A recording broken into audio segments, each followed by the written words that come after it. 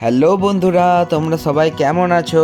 আমি তো বেশ ভালোই আছি, আশা করছি তোমরাও ভালো আছো। আবার অনেক দিন পর তোমাদের সামনে একটা নতুন ব্লগ নিয়ে এলাম আমি। আর আজকের ব্লগটা হচ্ছে পায়েলকে ওর বাপের বাড়িতে রাখতে যাচ্ছি, সাথে ওদের ওখানে একটা অন্নপ্রাশন বাড়ির নিমন্ত্রণও ছিল, সেটাও অ্যাটেন্ড করতে যাচ্ছি। আর পায়েলকে ওদের বাড়িতে রাখতে যাচ্ছি তার কারণ কিছুদিন পরে পায়েলের মামার মেয়ের বিয়ে, তাই একেবারে ওখানে থেকে বিয়ে পার করে আসবে, সেই জন্য ওকে ওখানে রাখতে যাচ্ছি। তো চলো দেরি না করে ভিডিওটা শুরু করা যাক। আমরা সকাল সকাল রেডি হয়ে সবাই মিলে বেরিয়ে পড়েছি পায়েলদের বাড়ি অর্থাৎ খাতড়ার উদ্দেশ্যে। বাঁকুড়ার সুন্দর রাস্তা পেরিয়ে আমরা ফাইনালি খাতড়া পৌঁছে গেলাম। আর পৌঁছেই আমরা পায়েলদের বাড়ির সামনে গাড়িটা পার্কিং করে নিলাম। আর পার্কিং করার পরেই গাড়ি থেকে ব্যাগপত্র নামিয়ে আমরা সবাই ভেতরে ঢুকে পড়লাম। তারপর ওখানে একটু মিষ্টি জল খেয়ে আমরা সোজা চলে গেলাম ওই অন্নপ্রাশন বাড়িতে।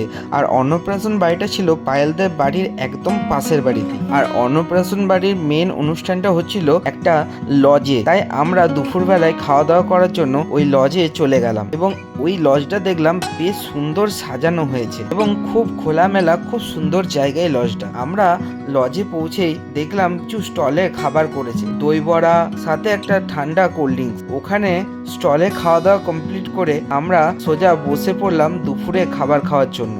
দুপুরে খাবার খেতে বসেছিলাম একটা টেবিলে আমার মা বাবা এবং পায়েলের মা বাবা, চারজন। আর আরেকটা টেবিলে বসেছিলাম আমি, পায়েল, ওর দাদা, বৌদি এবং পায়েলের মামার মেয়ে ফুচি দিদি। তারপর আস্তে আস্তে একে একে সমস্ত খাবার আসতে থাকলো। আর প্রতিটা খাবারই খুব সুন্দর করেছিল। এই গরমের মধ্যে খাবার খুব একটা খাওয়া যায় না, কিন্তু খাবারগুলো খুব সুন্দর করেছিল, খুব একটা রিচ হয়নি, তাই খাবারগুলো খেয়ে খুব আমরা আরাম পেয়েছিলাম, খেয়ে কিছু মনেই হয়নি। তারপর আমরা ওখানে খাওয়া দাওয়া কমপ্লিট করে বাইরে এসে একটু বসলাম। তারপরেই দেখলাম যেই বাচ্চার অন্নপ্রাশন তাকে সাজিয়ে নিয়ে আসা হয়েছে এবং সেখানে আনার পর তাকে নিয়ে ফটোশ্যুট শুরু করে দিয়েছে অলরেডি। কিন্তু এই বয়সে বাচ্চার এই সময় ফটোশ্যুট করলে খুব কান্নাকাটি করে, কিন্তু এই বাচ্চাটা দেখলাম একদমই কান্নাকাটি করছে না।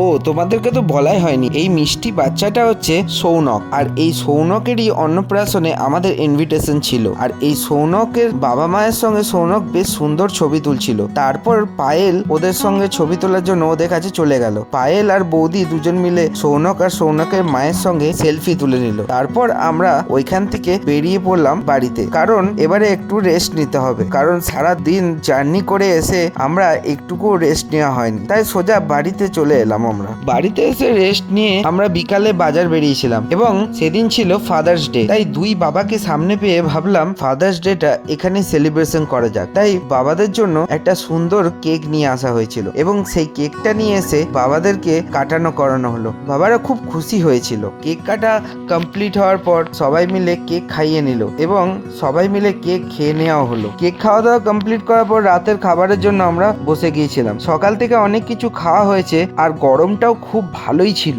তাই আমরা রাতে হালকা করে খাবার খেয়ে নিলাম সবাই মিলে। আর রাতে খাওয়া দাওয়া কমপ্লিট করার পর আমরা সেদিনে ঘুমিয়ে পড়েছিলাম। পরদিন সকালে ঘুম থেকে উঠেই ফ্রেশ ট্রেশ হয়ে দাদার সঙ্গে বেরিয়ে পড়েছিলাম খাতড়া বাজারে। বাজারে কিছু সবজি কেনাকাটা করার ছিল, তাই আমরা সবজি বাজারে ডাইরেক্ট চলে গেলাম আমি আর দাদা বাইকে করে। আর সবজি বাজারে পৌঁছেই দেখলাম সবজি বাজারটা বেশ সুন্দর। আমি এর আগেও এসেছি, কিন্তু এই প্রথমবার ভিডিও করা হলো এবং তোমাদের সামনে দেখাচ্ছি খাতড়ার সবজি বাজারটা। আর এই সবজি বাজারে বিভিন্ন রকম মাছও বিক্রি হচ্ছে, বেশ সুন্দর দেখতে লাগছিল, কিন্তু সবজির দাম এখানে ছিল অনেক বেশি। জানি না সেই দিনের জন্য দামটা বেশি ছিল কিনা, তবে সেই দিন আমরা সবজি বাজার করতে গিয়ে দাম দেখলাম সবজির বেশ ভালোই, তাই অনেক কিছু সবজি কেনাকাটা করেও আমরা ওখান থেকে বেরিয়ে পড়লাম। সবজি বাজার থেকে সোজা চলে এলাম চিকেন কেনার জন্য, কারণ আজকে দুপুরে চিকেন রান্না হবে। আর চিকেন কিনতে কিনতে দাদা চপও কিনে নিল, কারণ সকালে টিফিনটাও সেরে নেওয়া হবে। চপ, চিকেন সবকিছু কিনে নিয়ে আমরা বাড়ি পৌঁছে গেলাম এবং বাড়ি পৌঁছে দেখলাম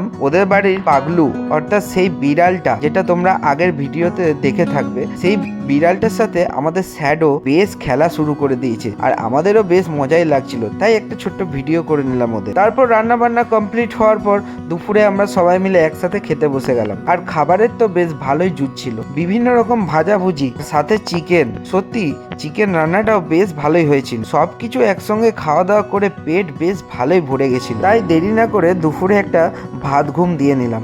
আর ভাত ঘুম দিয়ে উঠেই আমরা সন্ধ্যাবেলায় বেরিয়ে পড়েছিলাম। সামনে একটা মেলা বসেছিল সেইখানে, আর মেলাতে গিয়ে মেলা ঘুরবো আর কিছু খাওয়া দাওয়া করবো না সেটা কি হয়। তাই মেলাতে আমরা পাপড়ি চাট কিনে সবাই মিলে পাপড়ি চাট খেয়ে নিলাম। আর পাপড়ি চাট খাওয়া দাওয়ার পর আমরা বাড়ি ফিরে এলাম এবং বাড়িতে এসে শুনলাম আমাদের নাকি পায়েলের এক জেঠিমা অর্থাৎ কার্তিক দা বাড়িতে আমাদের রাতের নিমন্ত্রণ হয়ে গেছিল। আর তাই দেরি না করে আমরা রাতে সোজা চলে গেলাম কার্তিকদের বাড়িতে। কার্তিকদের বাড়িতে গিয়ে দেখলাম বেশ খাবারের ভালোই আয়োজন করা হয়েছে। পোলাও, দেশি মুরগির মাংস, রুটি, আলু ভাজা, মিষ্টি, কি ছিল না, পটলের তরকারি, এত কিছু কি রাতে খাওয়া যায়? তার উপর এই গরম, তার মধ্যে সবকিছুই একটু একটু করে খেলাম। আর সাথে দেশি মুরগির মাংস, ওহ দারুণ টেস্ট হয়েছিল মাংসটা। তারপর সেখানে খাওয়া দাওয়া কমপ্লিট করে আমরা বাড়ি চলে এলাম এবং বাড়িতে এসে আমরা শুয়ে পড়লাম। পরদিন সকালে আমাদের বাড়ি ফেরার পালা। পায়েল তো ওখানে রয়ে গেল